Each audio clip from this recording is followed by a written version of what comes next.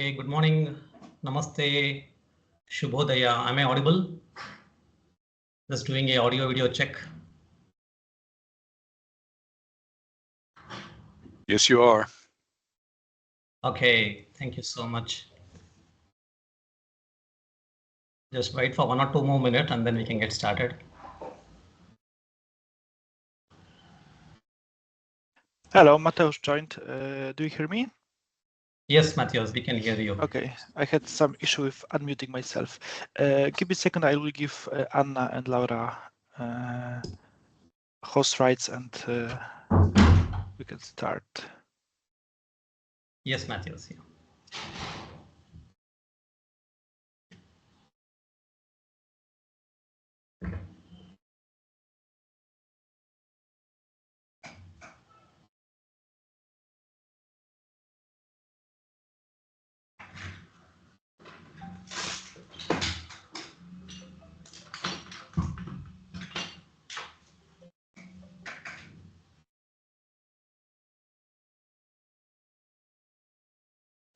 Okay, Laura, your camera is available.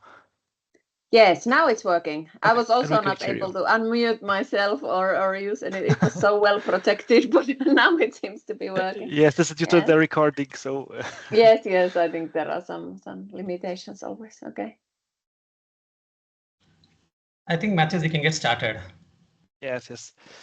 Okay, so welcome everyone on the second training in our series of cultural sensitivity. It was initiated by Biju, our people partner, and we are having the second session that will be, as you can see, focused on Indian culture. We had previously Chinese culture, and we will have another one in October about Polish culture.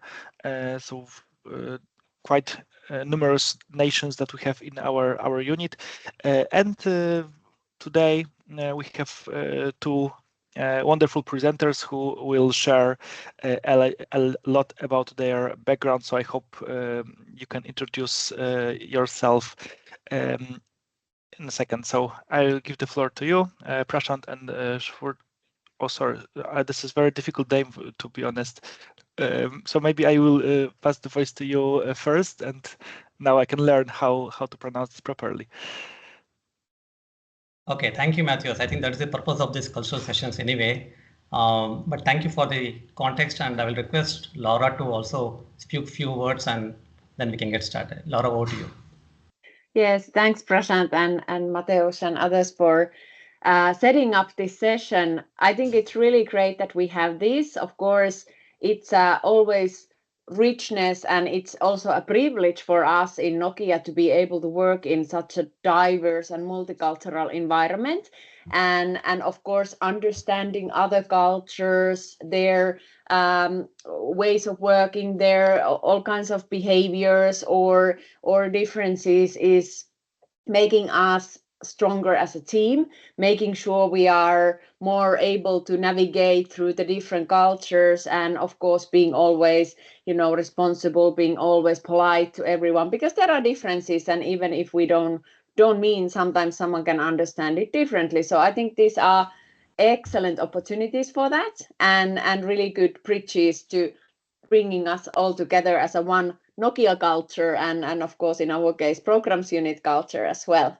So really happy to be here and really looking forward some new learnings from this session as well. Good. Thank you Thanks, so much. Prashant.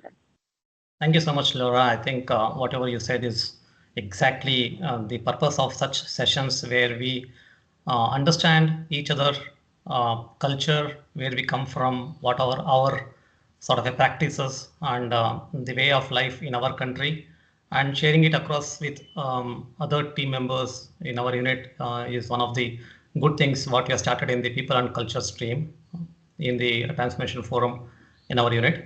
And today I'm also welcoming Spurti Dayanand, who is going to be my co-presenter.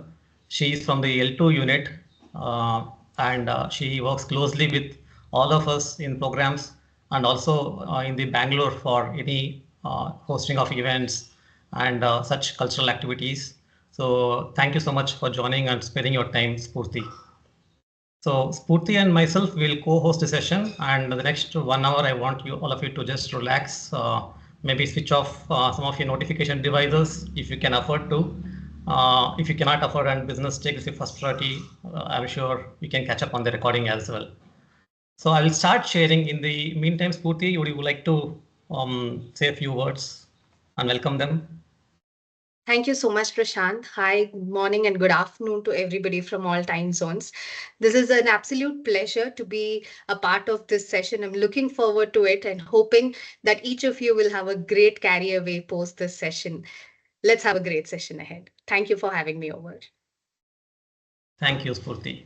I am sharing my screen and I am in the full screen mode, so I would not be able to see any comments, etc. Neither I can see myself there. But I hope if any comments or any questions are there, we can also address it at the end of the session. So let's get started with that. Once again, Namaste, Shubhodaya, which translates to a good morning. Shubha means good, Udaya means morning in our language. So Shubhodaya, and also for people who are joined from other regions, good afternoon and good evening as well. We will start with the agenda for today. I'm Prashant Raja Rao, working as team manager in System Program Department in Bangalore. And we have already heard from Spurti. She is working as technical leader in the RAN R&D L2 software in Bangalore. So Mathews, you also told that it's pretty difficult to pronounce Indian names. That's exactly true for most of us. It's so hard to exactly say how we pronounce our names. So let me give a small story so that you can understand the context of this culture setting also. When I was on one of the flights to the European countries, and I was waiting in the airport terminal for the announcements, I heard people speaking on the speaker system calling for one Mr. Raya Rao. Rayarao. And for me, it didn't strike a bell that that person is addressing me, because in Europe, J is equal to Y. But in India, J remains J as in Jack and Jill, and not J is equal to Y. But in other cultures, J is equal to Y, and my name was called as Raya Rao. And couple of times I couldn't actually come to think that they were addressing me. And also in the Indian culture, we usually address ourselves by the first name, which is Prashant, and not the surname, which is Raja Rao, which was told as Raya Rao. Anyway, that's a small sort of a joke or some context setting for importance of learning culture. And today we'll be sharing a few points and sharing the entire Indian history, culture, tradition in just 1.5 hours is an impossible. It's a sort of a Herculean, or I should use the word Himalayan task for us, because it's such a vast and wide and diverse country we are living in, and it's impossible to cover it within 1 hour. So what we would try to do here instead is to just provide you some pointers, like in our programming language. We just provide a reference, we just provide a pointer to some of the key things which form the basic culture of India and Indian people. And then we would request if any of you are interested to delve more into that, contact any of us, and then we are there to support you and help you out. So we'll start with a little bit of a prayer. As in any Indian tradition, any auspicious function or any event like housewarming or inauguration or even wedding, marriages, we all have a prayer to start with, right? So I will not make you pray here, and I will not even recite those prayers in this session, but we'll all together do some chanting of a sacred word Om, which I'll come to in the next slide. Later on, I will also take you through introduction about India, Indian culture, a little bit about where we are in in Nokia Bangalore and what all we work on, and then something about communication, how it should be easy for you to work with Indian colleagues, what are the working styles and traits, and then the most important part also I would like to touch upon is some tidbits about the Indian cuisine. Well, I should not use Indian cuisine because it's so varied. It just doesn't the word doesn't do the justice to the variety of food we are having in India. But for lack of a better word, let's use Indian cuisine or Indian food there. And then I'll request Pooty to also speak and share about the key Indian traditions, the festivals we celebrate in India, and then something about the Indian music also, as Pooty also is a trained classical singer. So are you all ready to do a small exercise along with me? Look at this slide and then I'll just explain to you a little bit and then we'll do this exercise together, okay? So on the right hand of this slide, you see a image of a person sitting cross-legged on the floor, squatting on the floor, cross-legged, and she's having her fingers like this. So you can, along with me, you can hold your hand like this and bring your index finger and forefinger or thumb, index finger and the thumb together. So in our tradition, we call this as chin mudra. The essence or little background of this is the thumb signifies God, the index finger signifies self or the person, and the other three fingers, the forefinger, the middle finger, and the small finger, the pinky, these three signifies the desires, the anger, etc., the jealousy, etc., which we always associate being close to the self. The self always associates with these three in the usual daily work life or daily way of working there. So if you have to come out of this cycle of negativity, desire, or too much of jealousy or hatred, etc., the self has to take a bend and then come towards the God, which is the thumb finger. So when he bends, the man bends and touches the God, reaches out to the superpower, then this mudra is known as chin mudra. So we can hold our fingers like this in this style and then place it on the lap. Okay, the thumb or the hand facing upwards.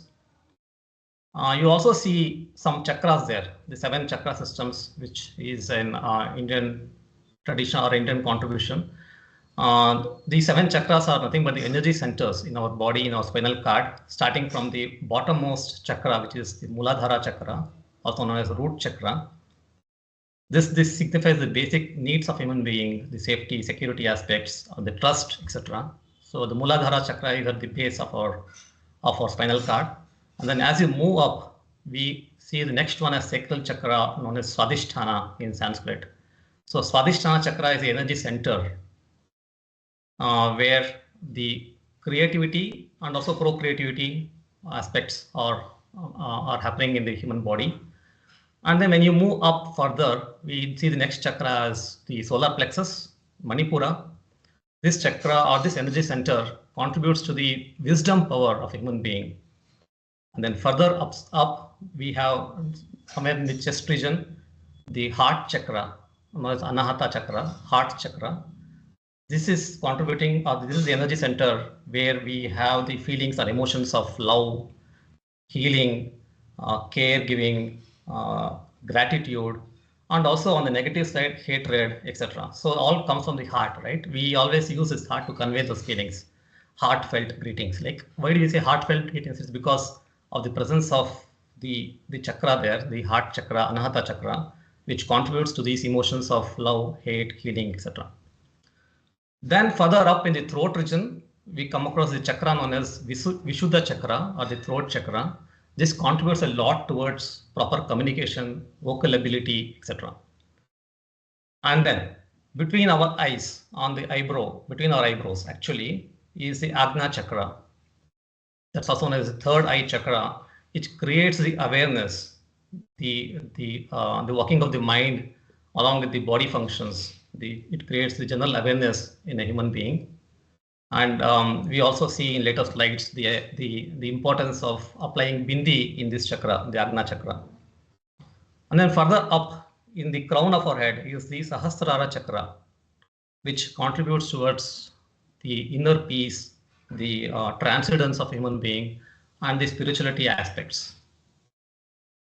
So typically for a human being, all these chakras are not something that when the surgical operation happens, you don't see this as a physical organ. There, it's the virtual energy centers which are in our spinal cord throughout the body. And in the day-to-day stressful life, what happens is the energy keeps moving down from the top of the head towards the bottom of our spinal cord. Now, with this small chanting exercise, we will try to make the energy move in the upward direction. Take the energy from the stomach, from the lower part of the body, and then make the energy flow upwards towards our head region. By making this sort of a conscious effort to pump up the energy or make it flow from the bottom part of our body towards the top part of our body, we are increasing the positive positive effects of these chakras and decreasing the negative effects of these emotions or chakras. So if there's a blockage in these chakras, it's going to cause a disharmony in your life, diseases, mental problems, etc. So by making this chakra free flowing and then making the spinal cord, keeping it erect and performing this sort of a Om chant together or single, like every day morning before we offer prayers, we always start with Om. So this is the essence behind that. Of course, Om is a syllable, single word, which is a primordial sound of the entire universe. And if you break it down, it has got three parts: A, U, and Ma. So A typically signifies when you say A, you use the stomach muscles. A. So try it out and see. You use the A should come from your stomach, from your lower than the chest region, so abdominal region. Then U is from the chest region. U, U. So that's sort of a feeling or the vibration you experience when you say U. And when you say Ma, the energy or the vibrations you can feel is from the head region. So people who have studied music and singers, typically you can associate this with the chest voice and the head voice, and how you can increase your pitch by using the head voice, right? So it's got similar concept, and also other fact about Ma is even this also signifies the three Vedas. A is supposed to signify the Rig Veda, U for the Yajurveda, and Ma for the Samaveda, which is the musical version of Rig and Yajurveda put together. So each of these words has got some other different meanings, and we can explore it also together if it interests you. A lot of material available, but you should also remember that most of the knowledge of Indian traditions and it has been passed on by word of mouth. So there is no sort of a document which were there earlier, like 5,000 years old concepts are shared by the teacher to his disciples through word of mouth, right? So most of them have been sort of carried on from generation to generations, and we come to learn about this from our parents who got it from their parents, etc. So it's passed on from there. Of course, with the advent of technology and now availability of the documents and the books everywhere, there's a lot of material also we can look at it. So let's do this small exercise. Please close your eyes. It will be more effective if you close your eyes. And I will chant Om. You can all repeat along with me. If you want to unmute, you can do. Otherwise, you can keep it muted. It's okay. We'll do it 3 times, the Om chanting. And as we do it, close your eyes and then make your awareness go to these chakras. Like when you say Ah, U, Ma in the continuous manner, feel that energy flowing from the bottom of from your stomach towards your head region, and then towards your sort of up to the head region, throughout the throat and towards the head region. So it's not that we speak from the from the stomach or from the throat or from the head, right? It's just that the vibrations are felt there. The speech actually comes out from the mouth itself, but the vibrations are felt in those parts of your body. So let's all do this together. Unfortunately, I'm not able to see you, but I hope you can see me, and then we can all, let's get started. So let's start with the first chant, and we'll do this 3 times together, and then we'll move on to the next chapter. Start. Om.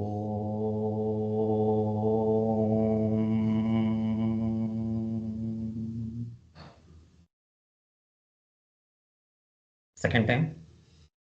Oh.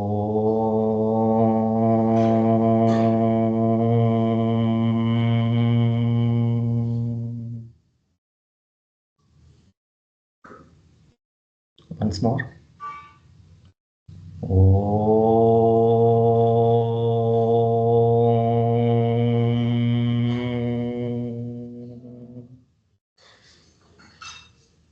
Now you can close, you can open your eyes very slowly.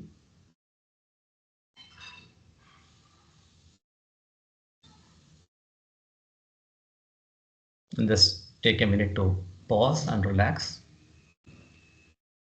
Daily practice of this Om chanting, you can do it multiple times. Daily practice of this definitely improves the sense of calmness and the peace what we feel, and it makes you open to also gain more knowledge and also be very sort of very productive in whatever work you're doing. In India, typically we just don't go with the Nike principle of just do it. And we follow three-step process for doing any action. The first step is typically knowing it. That's the knowledge, knowing why we should do something. Second step is believing in it. Have the belief that what I'm going to do is going to be beneficial. So once you have this knowledge and the belief, then we do it. The third step is just do it. That is the action. So these three steps is what we follow.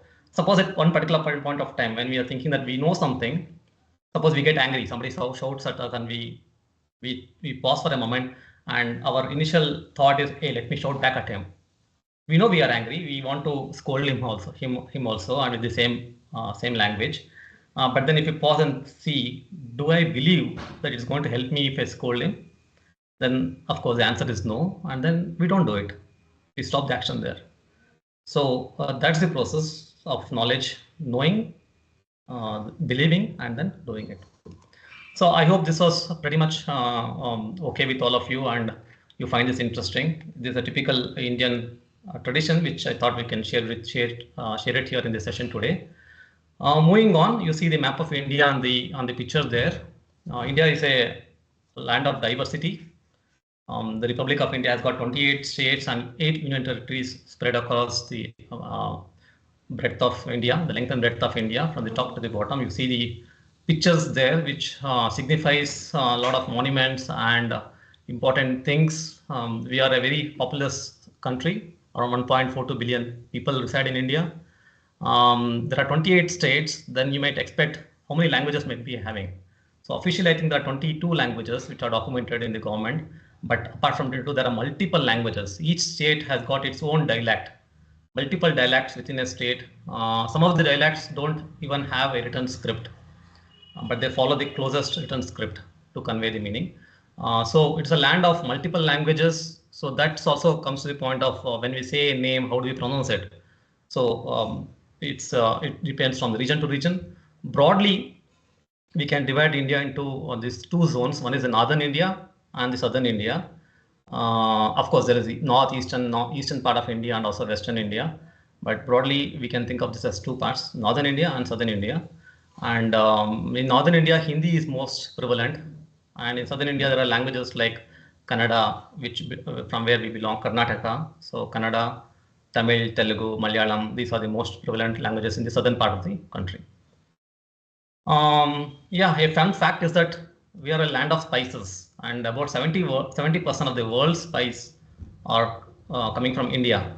So no wonder you would have seen Indian food with a lot of spices, right? And then one more fact is that animals and plants are considered sacred in India. Not only animals and plants, we consider a lot of things are sacred, like rivers. We have a name, a deity name for most of the rivers, and we worship rivers. Of course, animals and plant animals like cow, elephant. Elephant is also signifying Lord Ganesha, whose festival we are celebrating just tomorrow. Cow is a sacred animal in India. You might have seen in India, people who have visited here, you might have seen a cow in front of the road. Of course, not on the national highway, but in any smaller roads. And then the traffic takes a deviation to avoid hitting the cow. So the cow is a traffic blocker in most parts of the country. Nobody sorts of not only sort of crosses over the cow, but sometimes people stop there and also pray to the cow there, which is standing in the road. So that also creates some sort of a traffic chaos there a little bit. But then the point is that, yeah, there are sacred animals, cow being one of them. And then tulsi, which is the basil. Tulsi is considered the plant, the basil leaf. It's considered sacred, and also the people and banyan trees, which provide oxygen for us. So they also considered as sacred. And there are a lot of places where the trees are worshipped. You can see if you go to many part of India, you can see the tree being decorated with lot of puja articles or being worshipped there. So animals and plants are considered sacred. So this is something which you might remember. If you're planning to come to India, you may find that your taxi or your car is stopped because there's a cow standing in front of the road, and then you have to take a detour and then go across. And sometimes not only traffic, to accommodate the growth of a people tree or some sacred trees, even the roads take a deviation. Even the roads are constructed such a way that you pass across the tree. They will not uproot the tree, but you have to pass across. Yeah. Indian contributions to the world. Everybody would have heard of yoga, right? Yoga is not just some physical exercise. It is not just putting our body into different complex states. No, that's not the purpose of yoga. That's the yoga asana. Yoga asana is the physical form of yoga, but yoga actually means unity, yuj, the unity of the self with the superpower or the god. That's the yoga. And then Sanskrit is our mother of all Indian languages, Sanskrit. Most of our scriptures, the even other languages take birth from the Sanskrit language. Ayurveda, chess, these are the contributions of India, other contributions, and very important to our digital world, which is zero, which is known as Shunya. It has come from India. India also is the birthplace of four major religions. These four major religions are known as Hinduism, Sikhism, Buddhism, and Jainism. These are the four major religions which have taken birth in India. Unity and diversity. If you want to take away one important concept from this entire slide, it is the last point there. In our language, we call it as Vasudeva Kutumbakam. That is, the entire world is one family. We see the entire world as just one big family, and that's the most important moral value in the Indian society. That's the unity in diversity. From India, southern part of India, we have a state known as Karnataka, and Bengaluru, where we are located, is the capital of our state, Karnataka state. So you see some pictures in this slide. These are some spots in Bengaluru, like the palace in Bengaluru. Bengaluru is having almost 750, or it's growing day by day. So the last I checked, 50 square kilometer, and the population also is having tremendous growth. We are having almost around 14 million population in Bengaluru, and it's the garden city of India because there are lots of parks. So like two of them have been captured in this slide here: Kabban Park and then Lal Bagh Botanical Garden. A lot of parks, and every area has got its own sort of a small park where people go and do their exercises in the morning or just do a walk around in the morning. So that's the name of Bengaluru, Garden City of India. And also the Silicon Valley or the Silicon City of India. That's because of the multiple computer or the IT city companies which are set base in Bengaluru. It's also known as IT hub of India because of the number of companies which are having its offices in Bengaluru. We are blessed to have pleasant weather throughout the year. It's neither too cold or too hot. It remains consistent. The weather remains consistent throughout the year. But I belong to this place, and if you go back and I remember my school days when I was studying, it used to be much colder than now. That's probably because of the global warming, and we have now extended summers, and then even the monsoons are pretty much good in these couple of years.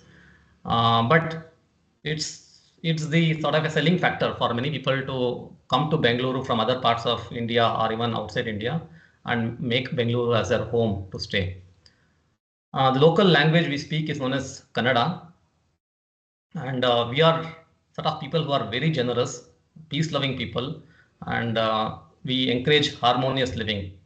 Indians in general and Kannadigas in particular are known to encourage harmonious living and also contribute towards art and culture and science also. Bangalore is the blend of Indian cultures. So in Bangalore, you see each bit of India being represented, whether it's North India or Western India, Eastern India. It's a blend of Indian cultures that makes it a truly cosmopolitan city. We are having the maximum number of engineering colleges in India. Bangalore is home to many engineering colleges and provides rich education, not only in engineering, but also we have science, the pure science, Indian Institute of Science, and then even medical education, and also the arts, commerce, literature. We celebrate arts. We have Chitrakala Parishad in the heart of Bangalore. We have music festivals.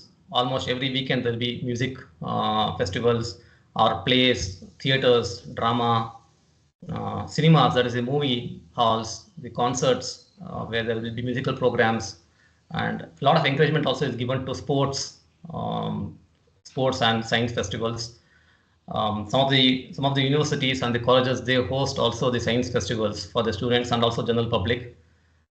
Um, well, we also have in Bangalore, we also have a very vibrant nightlife, uh, which is catering to the IT population mostly, and also others also.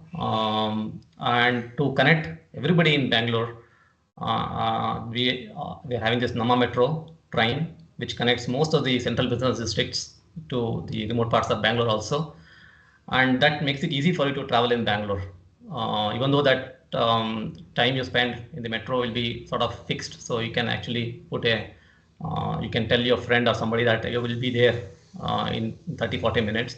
But if you take the road, probably you'll be caught in a traffic jam. And then you may take much more time. So that you can, to avoid that, you can get into a metro, go to the nearest point, and from there you can jump into an auto rickshaw, which is a three-wheeler, and you can sit around two people in the back side. The driver sits in front of you, and then he takes you throughout to the nearest point there. It helps to beat traffic sometimes. Traveling in auto rickshaw has become a little bit of a problem nowadays because of a lot of issues what we are facing, but that provides the last mile connectivity from the Nama metro station to where you want to go. So that's an overview of Bengaluru and how our city looks like. Of course, these are pictures, and we didn't have video today, but you'll be hearing more about this. And also, we are having this on September 19th in the RAN town hall or all hands meeting. India and Bangalore will be the theme or site in focus for this month town hall. So I would encourage all of you to please join the September 19th all hands meeting and to know a little more about India and Bangalore. So in Bangalore, we have our biggest R&D center in Nokia. It has got a heritage of around 25 plus years with most of the parent companies, almost all I think, Siemens, Alcatel-Lucent, Motorola, all merging together to form this 8,000 people with an average age of around 36 years.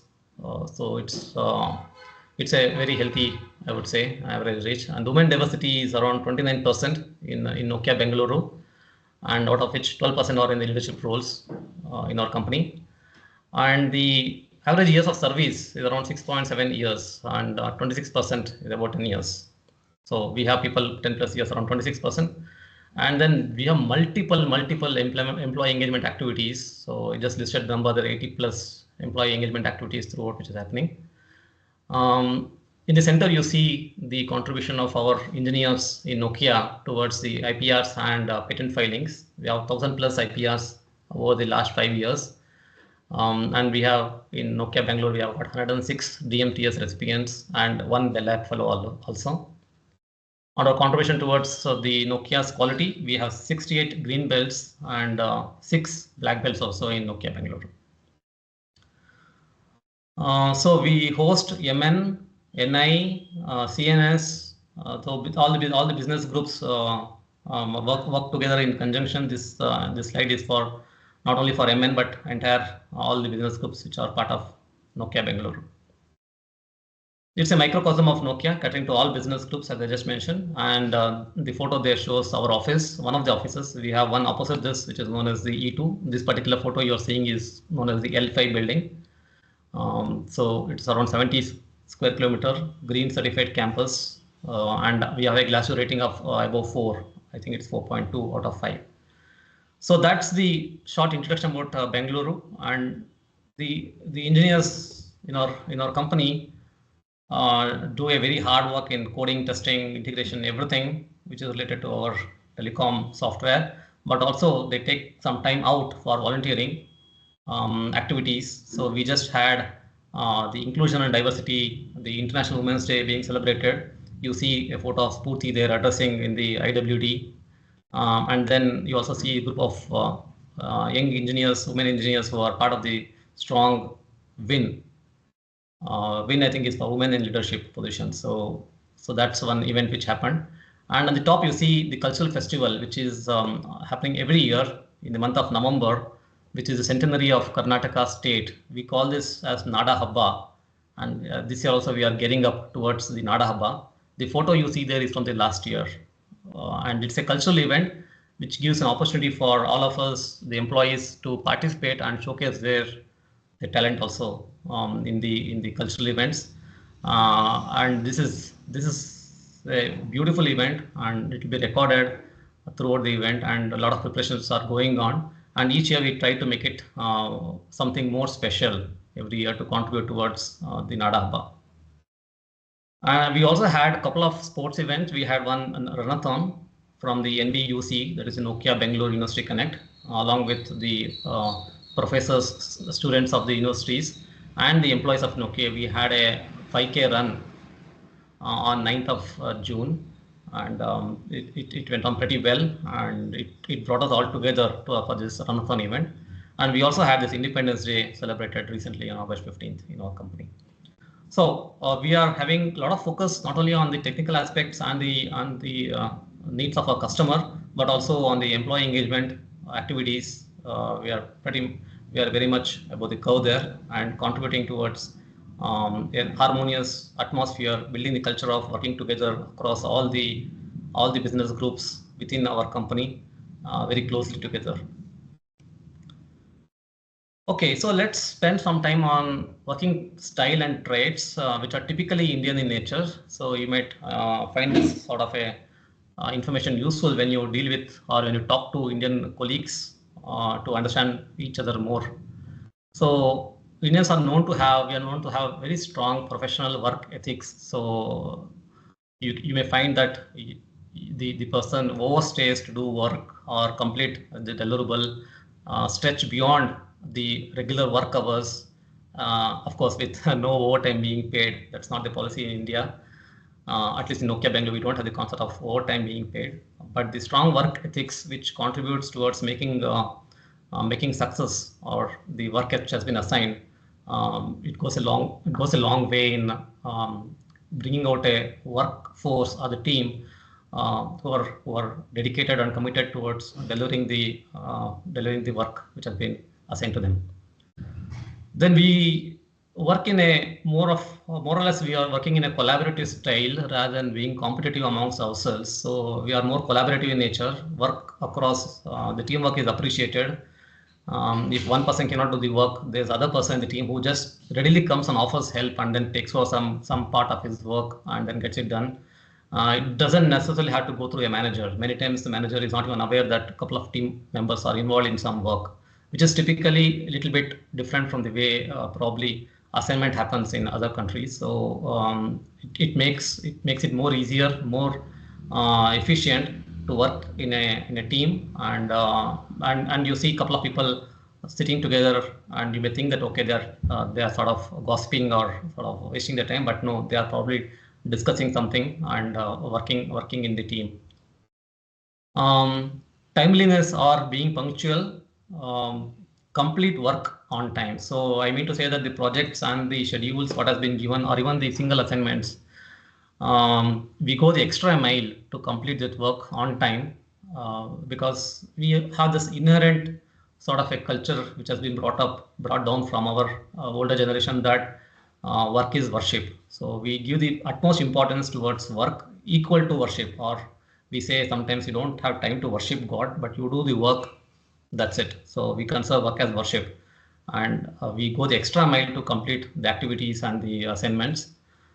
And on the communication style, Indians prefer to be more polite in nature, whereas not so direct. So if you want to convey some information to your Indian colleague, he will grasp what you're telling without you using strong words. So some clues are enough to make him or her understand what you mean, right? And that's how people prefer to be communicated instead of being offensive or direct in the way of communication. Sometimes it can also be an hamper. I understand. Being direct also is very good sometimes. I'm not telling that is bad, this is good. I'm just giving an overview of how I perceive Indian people communicate and prefer to be communicated to. And we use most of, any language for that matter, any communication, most of it happens through body language. No different is the Indian style of communication. We prefer face-to-face meetings rather than online most of the time. So we can effectively see what the person is going to communicate and understand more from the body language.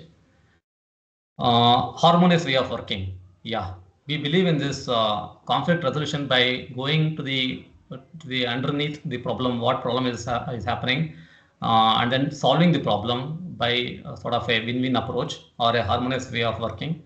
Not rather confronting it or sort of running away from the problems or passing it on to somebody else to work on. No, that's not in our tradition, in our culture.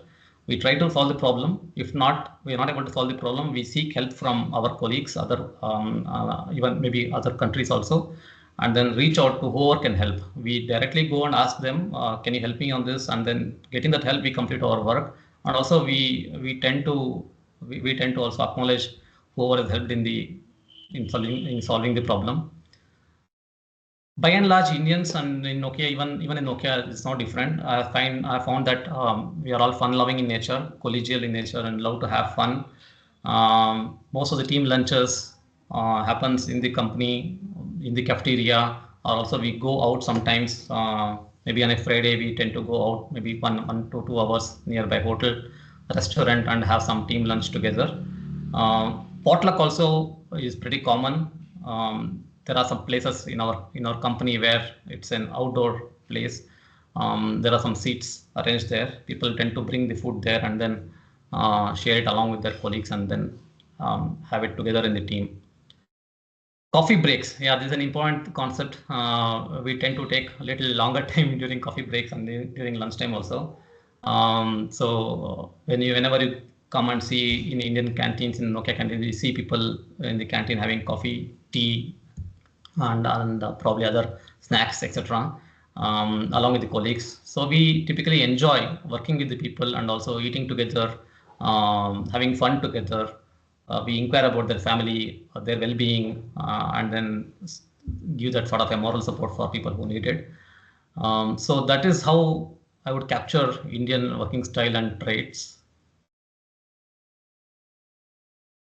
So whenever you're talking, communicating, what can be some topics which can be seen as safe, and what would be some sort of topics which can be perceived as sensitive and it may be better to avoid them, right? So safe topics are typically the one related to sports. We are a country which are huge, like I told, 1.4 billion population, and most of us love cricket as one of the sport. So we can freely speak about the sports, any sports for that matter. And then movies, we are all movie buffs, so movie fans. So we have a lot of films being produced locally in India. Bollywood stands for the Hindi film industry. Similarly, we have in South India also the Kannada, Tamil, Telugu films being produced and distributed.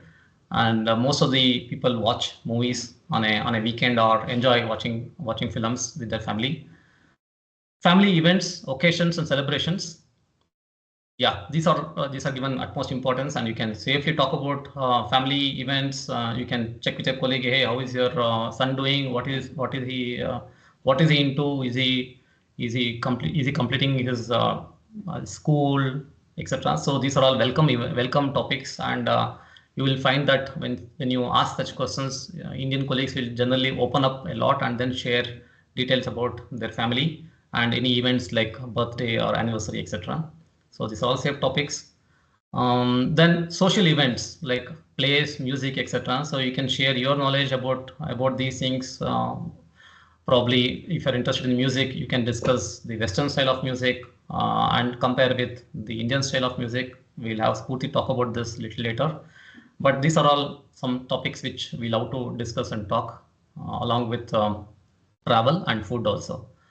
So these are something safe topics where for small talk you can use them, and some sensitive topics which you can be better off if you avoid them, or geopolitics and national politics, because we tend to get upset and we sort of stick to one sort of a political leader and a party, and you can find that they are mostly making us divided now, entire population, and then based on this division they are trying to get their own mutual benefits out of it. But these are some topics which you can avoid. The religion also, I would say religion is not a bad thing. I mean, of course, it's one of the beautiful concepts of India and of any country for that matter.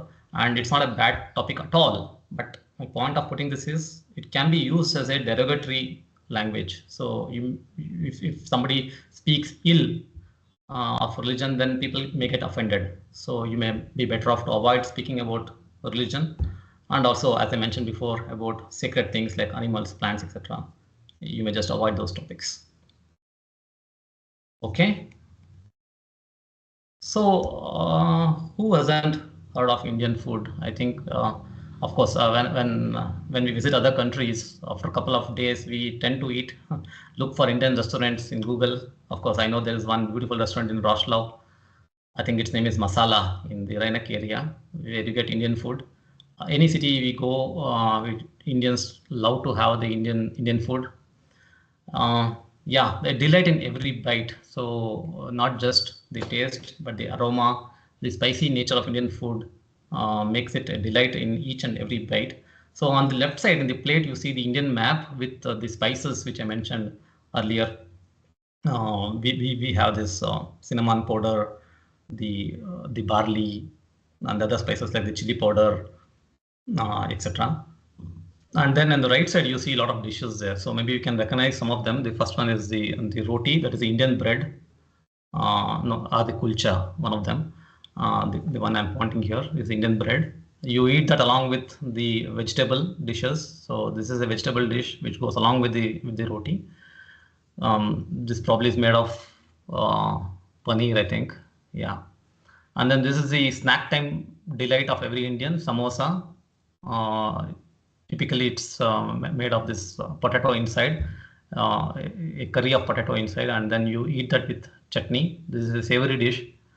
On the bottom part, you see some chaat dishes also here. Then this is the another bread known as puri. And then you see a platter of dishes here. This is sort of when you get everything together, we call that as thali. Thali actually refers to the Indian plate of dish, but you serve all this together in a thali.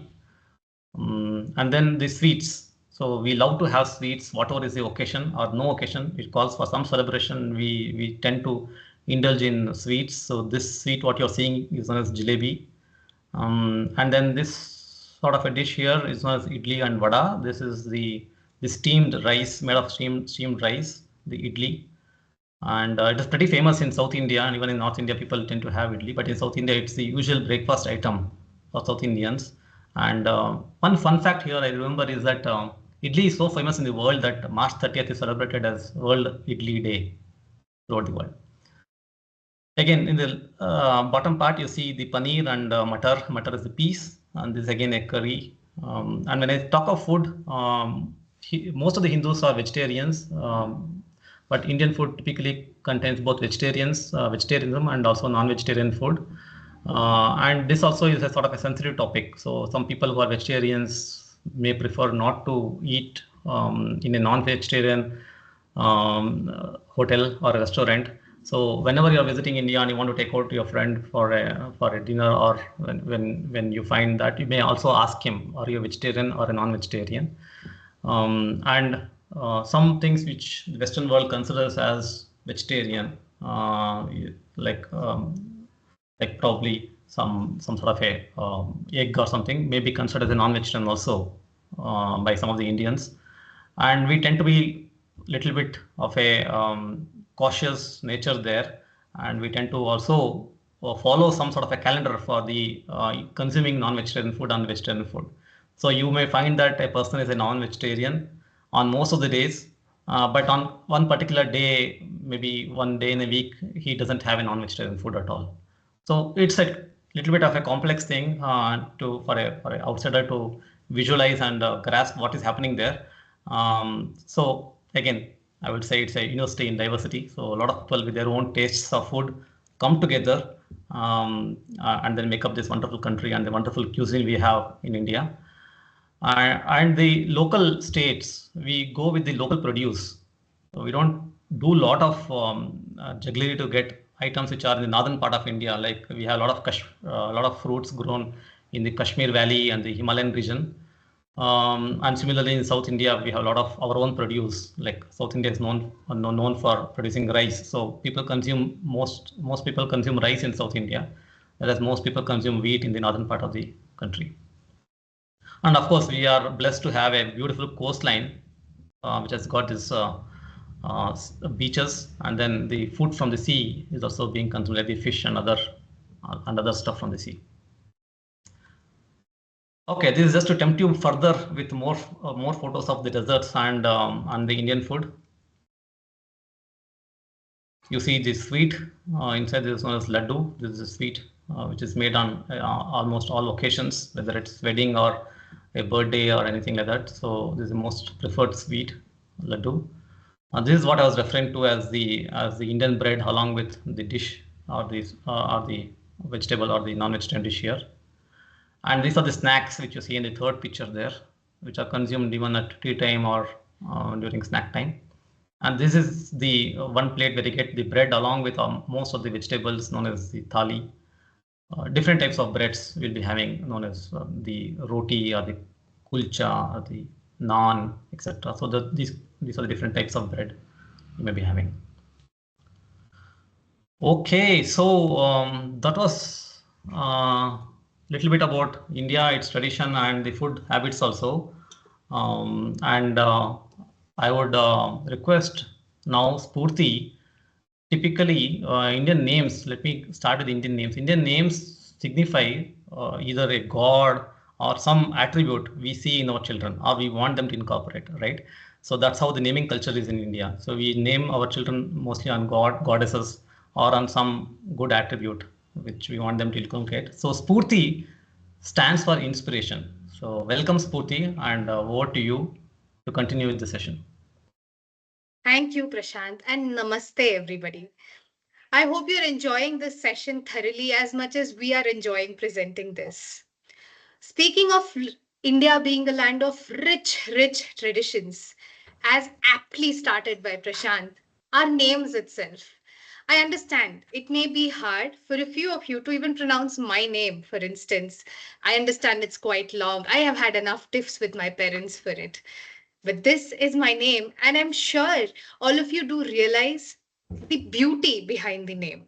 This is the essence of Indian culture. Every name would have a meaning. There would be no name which doesn't have a story behind it. And yes, when we meet someone, most of us who join our hands do a namaste. Well, recently it must have come to light that this is a safe option given the COVID times, no contact, and it's easy to greet one. But however, Indians have been doing this for a very long time, and the reason behind this has been quite different. Well, as Prashant was talking about the various chakras and nerves in our body, so there are a few nerves, the nerve endings at our fingertips, which are very significant.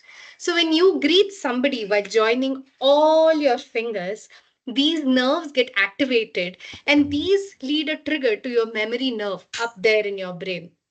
So how is that helpful? You meet someone and you don't forget them. That's the idea behind it. So it would be really great if each of you, even though you're not on your video, Do a namaste. Make sure all your fingers are closed. And this is a selfish reason so that none of you forget me and my name. Repeating again is Spurti. Namaste, everyone, again. And as you can see in the picture as well, you see a woman wearing a wonderful bindi. Bindi is something we all apply between our forehead. Most of you must have thought, why this? Is it just a decorative item? Well, I personally agree that it looks beautiful on anybody, and I always carry one as well. However, another reason again dates back to the ancient times, going back to the chakras that Prashant was talking about. This is where the Agna chakra resides. This emanates a lot of energy, and it's important you store it and not let it go waste. So it is said that when you apply a bindi here, your energy is protected and your concentration improves because you are in turn helping your facial muscles relax as you touch between your eyebrows. It may sound weird, but I'm assuming that as I do these actions, you may be doing this behind your cameras as well. Do it once a while, it would definitely help increase your concentration power. Well, the immediate question would obviously be, why just women? Just to let you know that this has not been a tradition only with women in ancient times. Even men do the same. In fact, even today, while performing a puja or any sacred ritual, you would see men applying that as well. Somehow, as time passed by, it became only a decorative item on the face, which is why the women have retained it and the men have somehow lost it. So, yes, just to reiterate, it is not gender specific. All of you can feel free and put a bindi between your eyebrows. It would only help you and nothing else. Again, moving on, as Prashant was also mentioning, India is such a vast country. There is nothing Indian that you can talk about. There's no Indian language, one Indian wear, no such thing. Things differ as you move from south to north, from the east to west. Things are very different. Speaking of that, we have our ethnic clothes. For instance, I'm a South Indian. I'm wearing a sari today. You might be seeing many women wear a sari, but sari is not the only Indian woman attire. If you move further towards Gujarat or Rajasthan, you would see most women wearing something called a ghagra choli or a chaniya choli, which is mostly a well decorated skirt with a dupatta or a veil, as you would call, which in turn is also worn very decoratively. So, this is to signify probably how colorful a woman's nature is, and that is embedded in the clothes that she wears as well. Well, the men are not to be left behind. As you can see, Prashant as well, he's out in a kurta today, further signifying the festive essence that is going around as well. That is definitely one of the ethnic men's wear in India. Apart from that, mostly South Indians would wear something called a dhoti, which is more of an enlarged skirt that you tie around without an elastic or so around your waist. So most of the in our marriages, this is what you would see women wearing, a sari, and the man would be wearing a dhoti or a ghagra choli. Or a more simpler way, which most women prefer today, even to office, is wearing a kurta or a salwar kameez, which is very common among the Punjabi folks or further north, you would see women being very well and neatly dressed up in colorful kurtas and pajamas. And like I said, a woman's life is just very vibrant. If this was being about ethnic clothes, I was also speaking about marriages. Well, the essence of getting married to someone is to live happily with someone, isn't it? So most of us would think the husband and the wife would live along once they are married and pursue their life. After a family, their children will probably bid them off and go away to another house. Well, such kind of mantra does not exist in India. Prashant, if you could move forward, people would know that in India, we have this concept of joint families. What do I mean by a joint family? That I am not living alone with my husband and my children. I have my in laws who would stay with me. I would have my brother-in-law as well who would stay with me. So we are a wide family who all live together. Well, you may think it's an overhead, but honestly, it isn't. It's way more helpful than you think. Think about the work that can be distributed. It's not just with the household chores, but also with variety of other things. For instance, one could cook, one could suggest what to cook. One could get your clothes pressed, one could take care of your children. You could just have a normal conversation with anybody else just when you're getting bored. First of all, would you get bored at all if you had so many people around you? Well, that's what our culture signifies, being in joint families. When we say being in joint families and we speak so much about eating together, cooking together, how do we eat? Well, in our country, we have mostly been eating with our hands, as you can see the little sweetum on this picture as well. Many people may think it's dirty, but trust me, it's not. As many people say, the steps of eating is first you eat with your eyes. The food should look great. Then you smell it. It should smell great. And then it goes to your mouth, and that is where the digestion begins. Well, we have another intermediate step to it. Feel your food. When you feel the food, the fingertips are sending an indication to your brain that you are going to eat something now.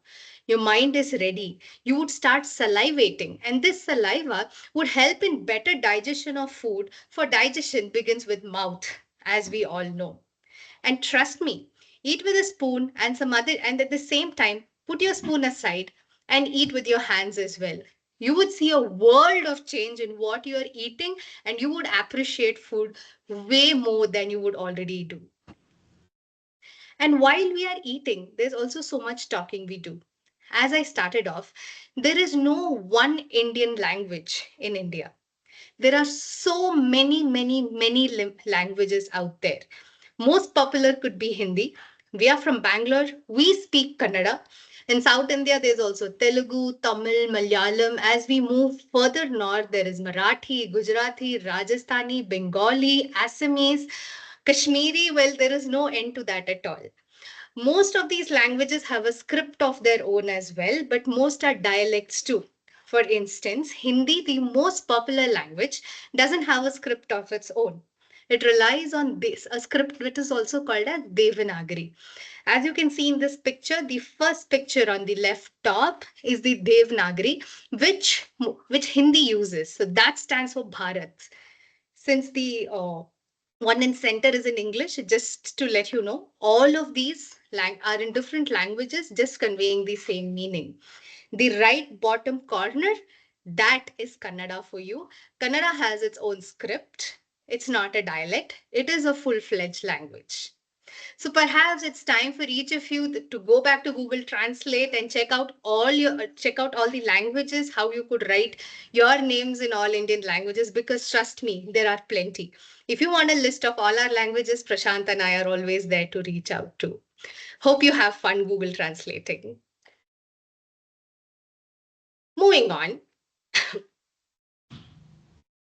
did you know that we're actually in a festive mode today? Today and tomorrow is one of the biggest festivals that is celebrated across India. Tomorrow signifies Ganesh Chaturthi. Most of you would have heard of Lord Ganesha. Tomorrow is celebrated as his birthday. His mother, Mata Parvati, she is celebrated today, a day prior to her son. So today is what we call as Gauri Habba, and tomorrow is Ganesha Habba. When I say Habba, it stands for festival. And I'm a Kannadiga, and this is how we celebrate this. And like the picture suggests here, every festival brings in a very vibrant mode. Each of us would leave out all our work, just look at the preparations for the festival. It could be with respect to decorating our house, performing sacred rituals, having yummy food. And yes, even those relatives who don't always live with you come over and we have a good yummy lunch together. That is how our festivals are celebrated. Could we move on, Prashant? As I was saying, it is a gateway among all the citizens of India. But however, When I say festival, we were also talking about different religions that exist in India. So, if you were to meet different people, all of them may not be celebrating the same festival. The Ganesha festival, Deepavali, Holi, all of this have a special significance for Hindu people. But for the rest, as you must be knowing, there is also Christmas, Eid, and other religions which celebrate their own festivals. It doesn't mean that one person of one religion does not encourage the other. You could invite anybody home and they would happily come along with you and celebrate these festivals. In fact, in order to encourage this from a national perspective, because India is a secular country, the government announces holidays for all the major festivals, and all this by considering each religion. So even Nokia would give a long holiday, for instance, on the Ganesh Chaturthi, Deepavali, on Eid, on Christmas, on Dasara, and we could just go on. And because every employee celebrates his or her festival on a different occasion, so they would take their vacation on those times itself. So, for instance, during Eid, you may see most of our Muslim brothers taking a longer vacation. Or during Deepavali, our Hindu colleagues may be taking a longer vacation during that point of time.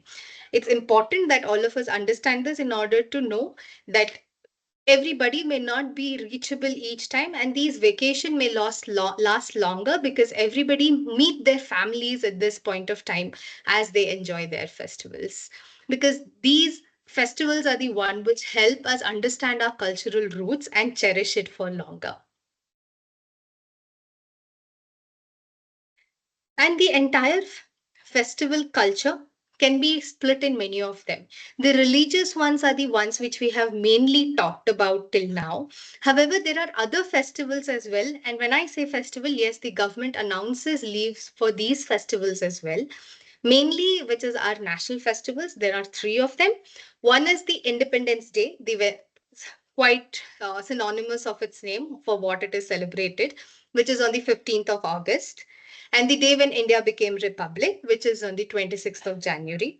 Also, our father of nation, Mahatma Gandhi, who struggled a lot during our freedom fight, we celebrate him as well. And his birthday is also celebrated as a national festival, which falls on the 2nd of October. And on all of these national holidays, we do hoist the flag, or and all of us gather together and sing the national anthem to instill pride about our nation among everybody. Moving on to the seasonal festivals.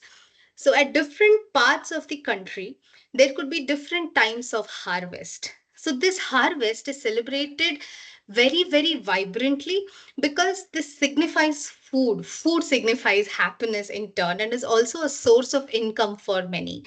So these harvest festivals, they are called by different names. Makara Sankranti in a few places. It's also called Pongal in a few places. It's called Bihu in a few places. But they all signify harvest. Apart from this, signifying the new windy nature in the season, there's also kite flying which is done, which is once again a seasonal festival, and it's cultural, and there are a lot of people who gather, and trust me, it's a fun sight to watch the sky with colorful kites flying around here and there. Apart from these, we have something very different, which is also called the boat race. This is mostly done in the coastal areas wherein multiple people would jump on their boats and there would be competitions of it. And this is a great celebration as well.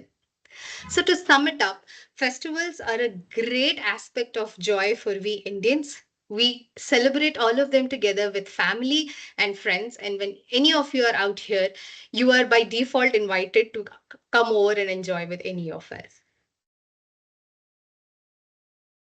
So these are just a few pictures to more like a reminder on what all our festivals are. As you can see, Holi is filled with color. It's so colorful.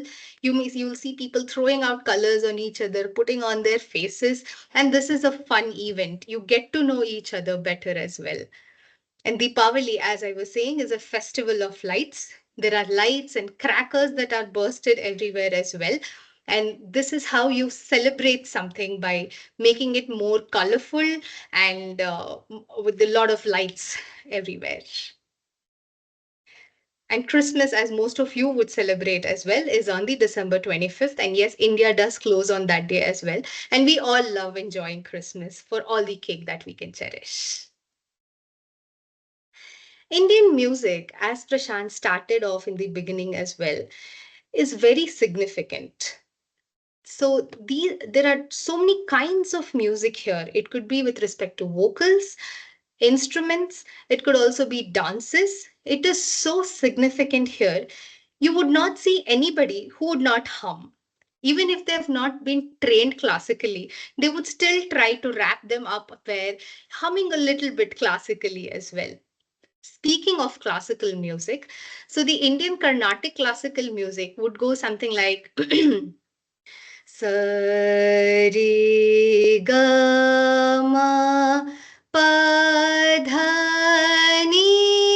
Sa Sa Ni Dha Pa Ma Ga Re Sa. This might sound very familiar to you because it's on similar lines of the do re mi in the Western classical music. However, this is just one of the ragas. There are multiple of them. There are a total of 72 ragas which consist of all these seven swaras, as we call, or syllables that are written on the screen as well. Each of this have a different variety of to itself, and therefore leading to 72 of them. And if this were only 72 considering all the seven of them, math is everywhere, isn't it? We could make permutations, combinations of this, and that in turn leads to an umpteen number of ragas, which cannot even be counted. So our rich variety of music can be approximated with this very nature itself. As you can see on the right side, there are many instruments which would accompany this music. So the instruments would be of wind type, there could also be of string type, and the percussion instruments. So vocals, when accompanied with this, is a masterpiece to the ears. It's so soulful that you will not want the performers to stop at all. It is, in fact, that beautiful. If this was all about music, moving on to the dances. So the classical dances variety itself, there are so many of them in India. In South, mostly it could be Bharatnatyam. In Kerala, it is Kathakali and the Mohiniyattam. There is also Kuchipudi in the South.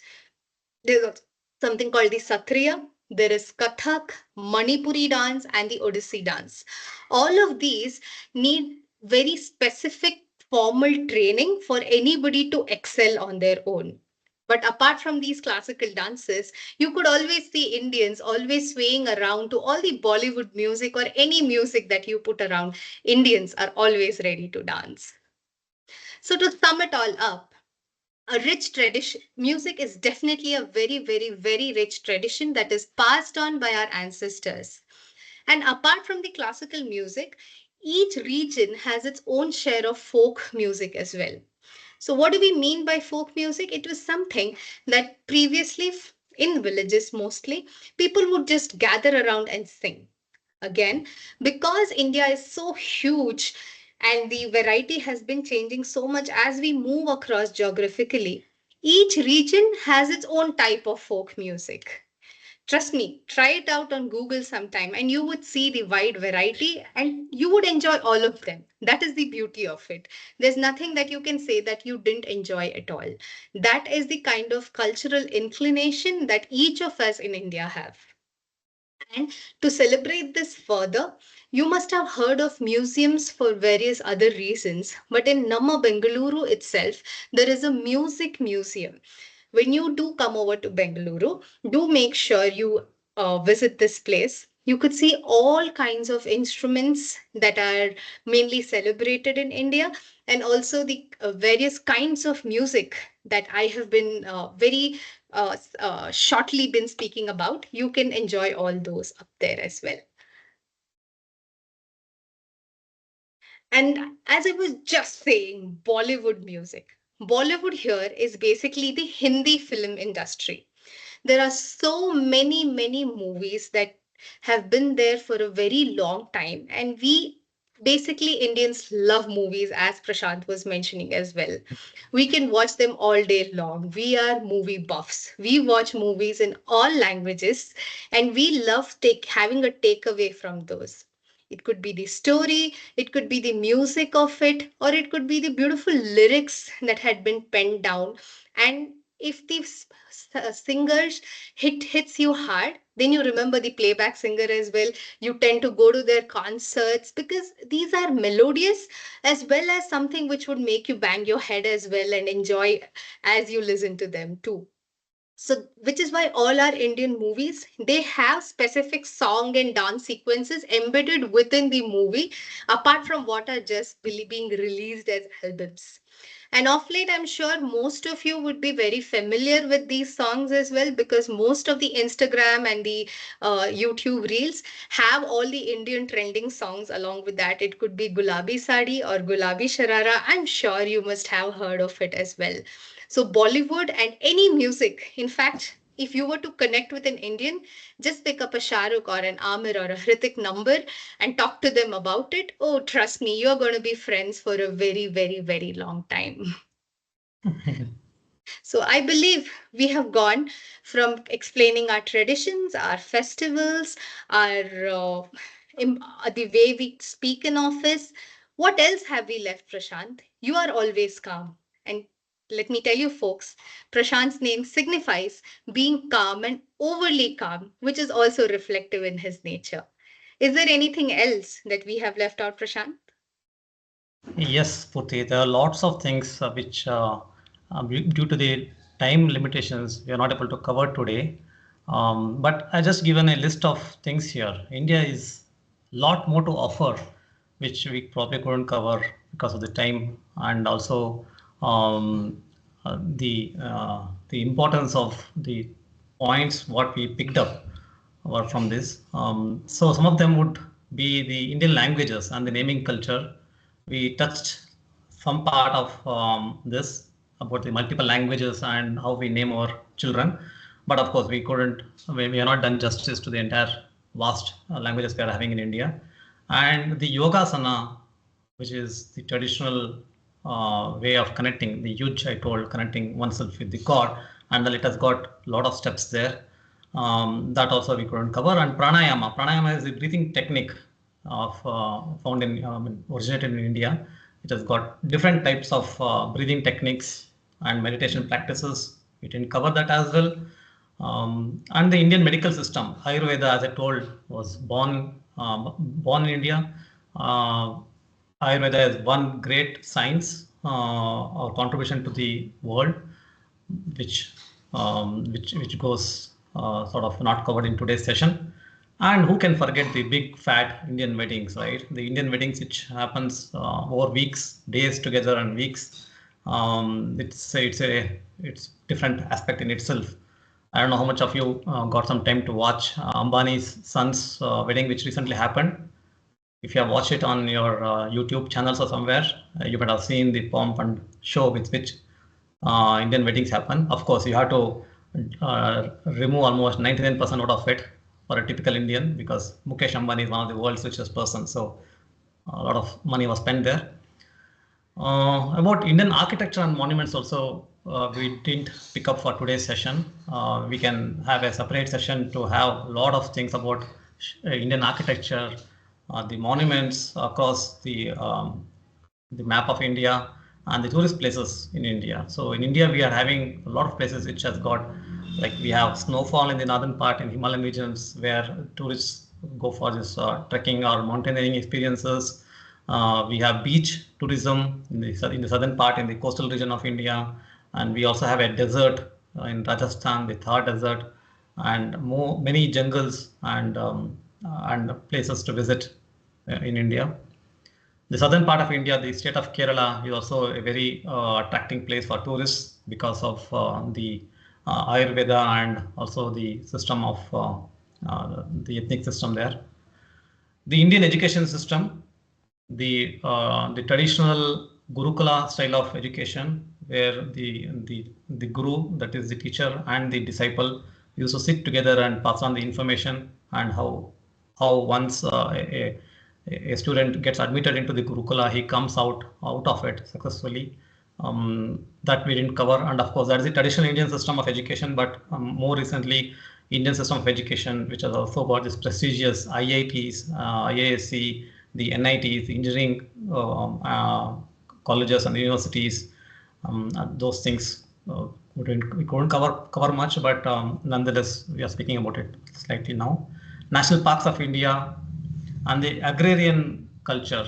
India was typically an agrarian society to start with, and the agricultural also is a very important backbone for the society. The Indian defense system, we are known throughout the world. We are having three wings of this defense: the army, the air force, and the navy. And the Indian defense is known not to have invaded or attacked any country in its history. It's only for the defense of our motherland. They are doing a great service, and we should always be thankful for them protecting our nation. And celebrities, even though Spurti, I think you mentioned a little bit about some film stars like Hrithik Roshan and Shah Rukh Khan. Apart from that, lots and lots of Indian celebrities and the Indian contributions to the world at large. And of course, we always end up with a topic on traffic. Whenever you're in Bangalore, we talk about traffic being one of the detrimental facts to our city. But of course, we go along with it. We just say adjust madi, salpa adjust madi, and then carry on with life as usual. So I think we are almost at the end. We just have 10 minutes left. But before we wrap up the session and call it a day today, and I just want to thank everybody who have attended today's session. This is saying thank you in many of the Indian languages there. And I would like to also say a special thanks to the People and Culture stream in our transformation forum led by Anna. Thank you, Anna, Kasia, Matthews, Biju, and Laura, and also Komal for all the support and for giving an opportunity for us to present the Indian culture in today's session. And a special thanks goes to Spurti, who has made time and effort to participate in this and make it a lively session. And behind the scenes, we took help from Rupa Jacqueline to also prepare the contents and continue the good work there. So thanks to all of you. And I would now request Anna, if you're there, I'll just come out of sharing mode for some time so that I can see all of you once again. Yeah, I'm seeing you now. Yes. Anna, are you there? Yes, of course I'm here. I've been listening with my eyes and ears and all of my chakras open. So thank you both, Spurti and Prashant, for this excellent presentation. I think it was very colorful, very vivid, very energizing, and very uplifting to all of us, I'm sure. So thank you for introducing us to your incredibly interesting and beautiful culture. I think we have all learned a lot during this session. By the way, just for your information, we have many more excellent Indian restaurants, not just the Masala by Rinek in Wrocław. And Indian food is very popular, and of course your spices are well known and used by all of us here. So thank you for reminding us of the percentage of the market which you are covering. I was not aware that it's 70%. So as I said, I think all of us feel very invigorated, and I think you have greatly presented the power and the wealth of diversity on our team. And it is a great privilege for all of us to be learning about our cultures and to be cooperating in such an international and diverse working environment, which we are jointly co-creating. So I really liked this. Now I took a note because of course I'm not able to remember, but this Indian philosophy of Vasudhaiva Kutumbakam, the world is one family. You have very well presented it. So thank you for organizing this session. And well, we are looking forward to the next ones to learn about other cultures on our team. And I believe all of our chakras are opened. And yes, let's take it from there. Once again, thank you very much. Great job. Thank you so much, Anna, for your kind words and support. We just have 5 more minutes, so if anybody of you wants to provide any feedback or any questions or comments, how did you like the session, or you can give any feedback. As I always keep telling, feedback is the breakfast of champions. So I would love any feedback. Yeah, really good session, and the food section really made me crave all kinds of delicious stuff that you were explaining. So I think I'll need to find some. Okay, we also have Indian restaurants in Oulu, but try one of those today later on. Thank you. Very good session. Just make sure that you ask them to prepare it with little milder spices.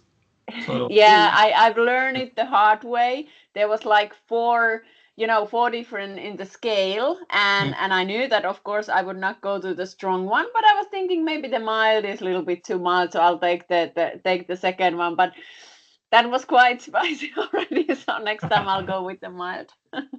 yeah.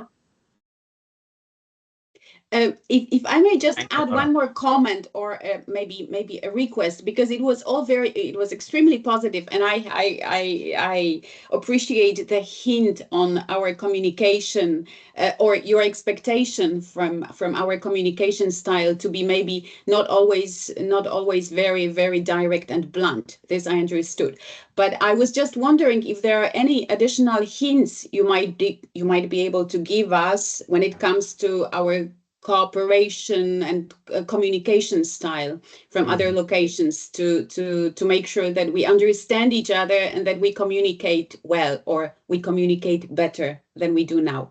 So if there are any thoughts you might be having on that, the do's and don'ts for all of us that we can take away from this training, that would also be very helpful. So if you would have any recommendations for us, for colleagues coming from other cultures, I think those would also be appreciated. Yeah, one thing may not be taken the other way, that direct communication is not sort of a preferred one. Well, we prefer to have direct communication also, but in most cases, when it's not just the outsiders communicating to Indian, it's within our teams also, we tend to be more polite in nature and not go directly to the topic what we're discussing, not be blunt as you told, but not even beat around the bush so much that we lose the topic, right? It's a fine balance between these two. We start off with what we ask, hey, how are you doing? How's your family? Maybe small talk, and then tell some feedback in a manner that it's not perceived as harsh, really. It's perceived as the feedback is there for improvement. So that sort of a message should be clear. So when you tend with Indians, typically you may have to say some things like, hey, you are very good in this, and then use the sandwich method typically. And then say you need to improve, or you need to work on this as a challenge for yourself. This is some area where you need to focus little more to make sure that you come out very well later on. You perform much better.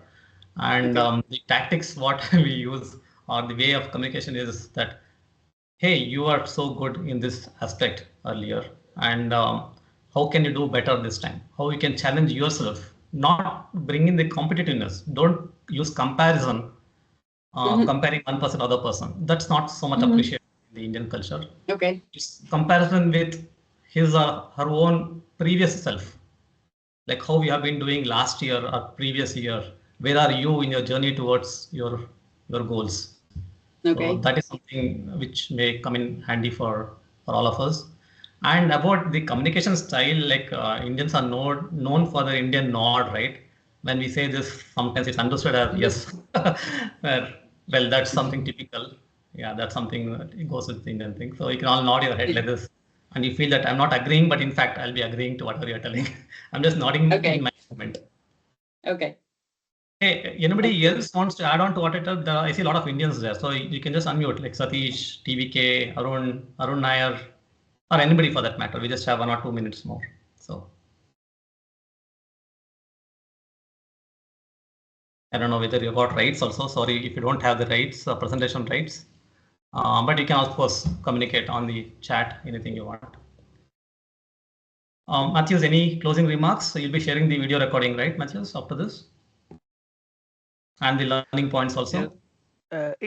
Yes, I will add learning points if you wish, and in case of the recording, it will be available for everyone in the chat right after the meeting. So when we close, it will be available as link, and you can watch it. I will set it to not disappear after 90 days because by default it disappears. So I will set it to be online for longer. Okay. Thank you, Okay. Matthias. Yes. So thank you very much. We are right on time with the ending. So thank you very, very much for all your presentation, and thank you for all the participants for joining us today. And as I mentioned, the next session will be about Polish culture around early October. So look for the invitation in your calendars. And for now, have a nice rest of the day and nice weekend. Yeah, thank you so much. Look forward to the Polish session as well. And all of you have a good rest of the day and good festival in Indian from Indian colleagues. Happy Gauri and Ganesha Habba to all of you. Thank you, everyone. Thank you. Very good. Very good job. Thank you. Bye-bye. Bye.